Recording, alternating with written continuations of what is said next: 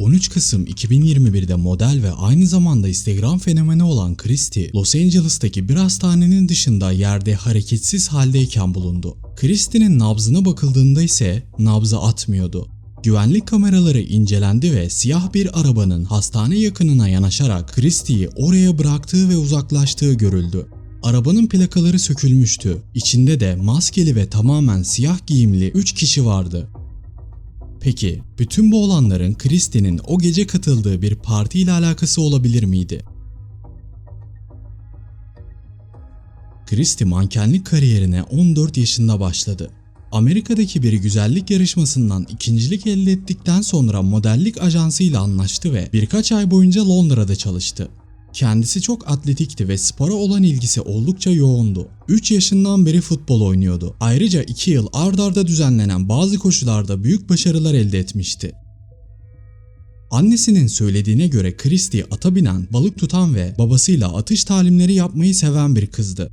Christie'nin babası ise önemli bölgelerde görev yapmış bir askerdi ve kızını sert biri olarak yetiştirmişti. Hatta babası sayesinde savunma taktiklerine o kadar aşinaydı ki sadece bir tükenmez kalemle bulunduğu zor durumdan kolayca kurtulabilirdi. Christie 12 Kasım Cuma günü arkadaşı Hilda ile dışarıya çıkmıştı. Hilda ise bir şirkette çalışan iç mimardı ve Kanada'ya yerleşmek gibi bir hayali vardı. İki arkadaş bir barda bir şeyler içtikten sonra gecenin ilerleyen saatlerinde Hollywood tepelerine yakın bir mekandaki partiye katılarak orada ortak bir arkadaşla buluştular. Bu arkadaşın kim olduğu şimdilik açıklanmadı. Ancak kendisi o akşam neler yaşandığını bir anlattı.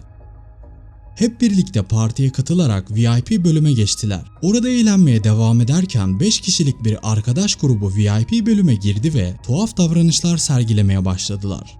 Bahsi geçen bu grupta 40'lı yaşlarında 4 erkek ve 1 de kadın vardı. Özellikle bu gruptaki 2 kişi tanımadıkları insanlara sarılıyorlardı ve artık insanları rahatsız etmeye başlamışlardı. Hatta biri gömleğini çıkarıp etrafta savurmaya başlamıştı.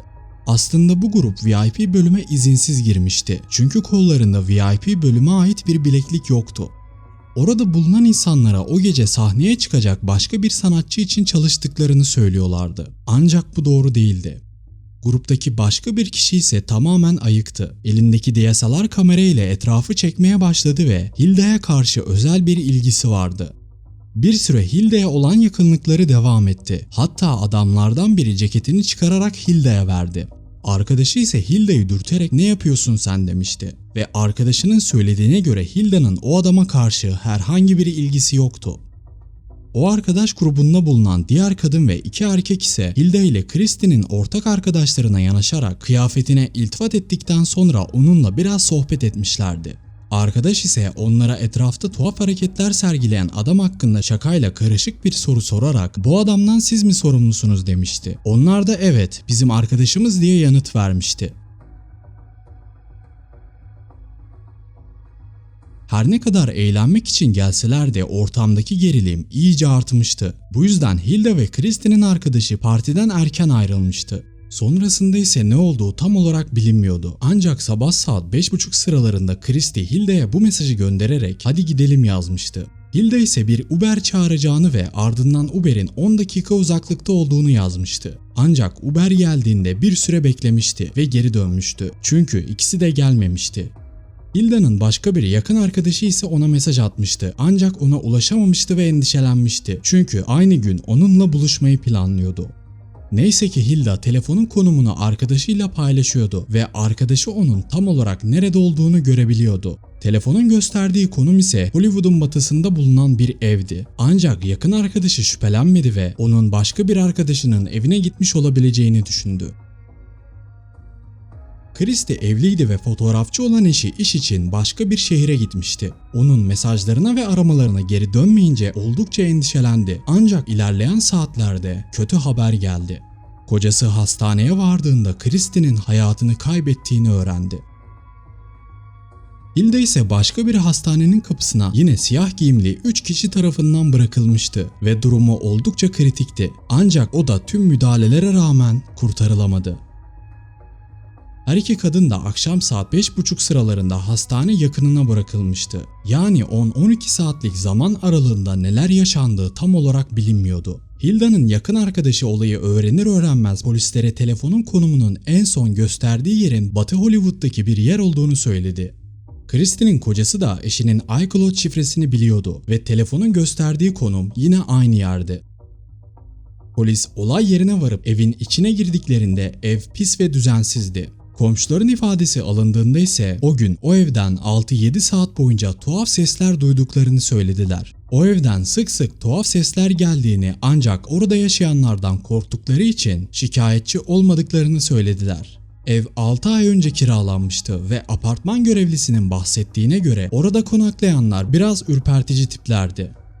Polisler herhangi bir tutuklama yapmadan önce olay günü o eve girip çıkan siyah giyimli 2 kişi görülmüştü ve fotoğrafları çekilmişti. Bu kişiler David ve Brent'ti. Ev sahibinin söylediğine göre David bu evde yalnız yaşayacağını söylemişti ve 6 ay boyunca tek kuruş kira bile ödememişti. Hatta evi başka bir isimle kiralamıştı. Çok geçmeden David, Brent ve bir diğer 3. kişi olan Mike da tutuklandı. David bir organizatördü ve birçok ünlüyle çekilmiş fotoğrafları vardı. Kendisinin suç dosyası ise oldukça kabarıktı. Polisler David'i yakaladıklarında arabasında $30.000 pasaport ve hangi yabancı ülkelere daha rahat gideceğine dair bir araştırma yaptığını gösteren bazı kanıtlar buldular. Başka kadınlar da ifade vererek David'in onları kandırıp kullandığını söylediler. Mahkemeye sunulan rapora göre Hilda ve Christie aşırı dozdan hayatlarını kaybetmişlerdi. Hilda'nın babası ise kızının kendi özgür iradesiyle asla bir şey kullanmayacağını söyledi. Sanıklar ise kadınların tamamen kendi istekleriyle kullandıklarını savundular. Christie'nin annesi ise şunları söyledi. Kızımın tanımadığı erkeklerle 10-12 saat geçirmesine imkan yok. Bence Uber çağırdıklarında ve oradan ayrılmaya çalıştıklarında onların gitmesine izin vermediler. Kızlar belki de bu adamların yanında yüksek sesle konuşamıyorlardı ve bu yüzden birbirlerine mesaj atıyorlardı. Bu adamların kızımı ve Hilda'yı 10 saatten fazla tutmasının tek yolu onlara zorla bir şey vermektir. Kızıma her ne yaptılarsa onları uysal tutacak bir şeyler verdiklerine inanıyorum. Kızımın kendi isteğiyle yaptığı son şey buradan gidelim mesajını atmak oldu. Instagram'dan kimseye mesaj atmadı ve hiçbir şey paylaşmadı. Eğer kendi özgür iradesiyle bir şeyler kullandıysa ve bu nedenle bir aşırı doz vakası olduysa neden polisleri aramadılar? Neden onu öylece hastanenin önüne atıp gittiler? Neden yüzlerini kapattılar? Aracın plakalarını neden söktüler? Savcı David'in tutuklanmasını ve serbest kalırsa bunun başka insanlar için riskli olabileceğini vurguladı. David ise hiçbir suçlamayı kabul etmedi ve avukatı kefaletle serbest bırakılmasını istedi. Mahkeme ise kefalet bedelini $3.4 milyon olarak belirledi. Kendisi şu an hala tutuklu. 47 yaşındaki Mike ise $100.000 kefaletle serbest bırakılırken 42 yaşındaki Brent ise kefaletsiz serbest bırakılmıştı. Ancak sonrasında tekrar tutuklandı. Olay birkaç ay önce yaşandığı için davaya ilişkin gelişmeler hala devam ediyor. Christie ve Hilda'nın tek isteği eğlenmekti. Christie'nin kocası ise Instagram'da bu gönderiyi paylaşarak eşini andı ve şunları söyledi. "Gittiğine inanamıyorum. Benden alındın. Bu dünya nasıl bu kadar acımasız olabilir? İnsanlar nasıl bu kadar kötü olabilir? Sen benim gökyüzümün ışığıydın. Yolculuğumda yol gösteren yıldızlardın. Gözümdeki parıltı, kulağımdaki dildin. Paylaştığımız her an sonsuza kadar aklımdan silinmeyecek. Daha çok hatıramız olsun isterdim. Seninle daha fazla anı yaşayabilmek için her şeyi yapardım. Kalbim paramparça."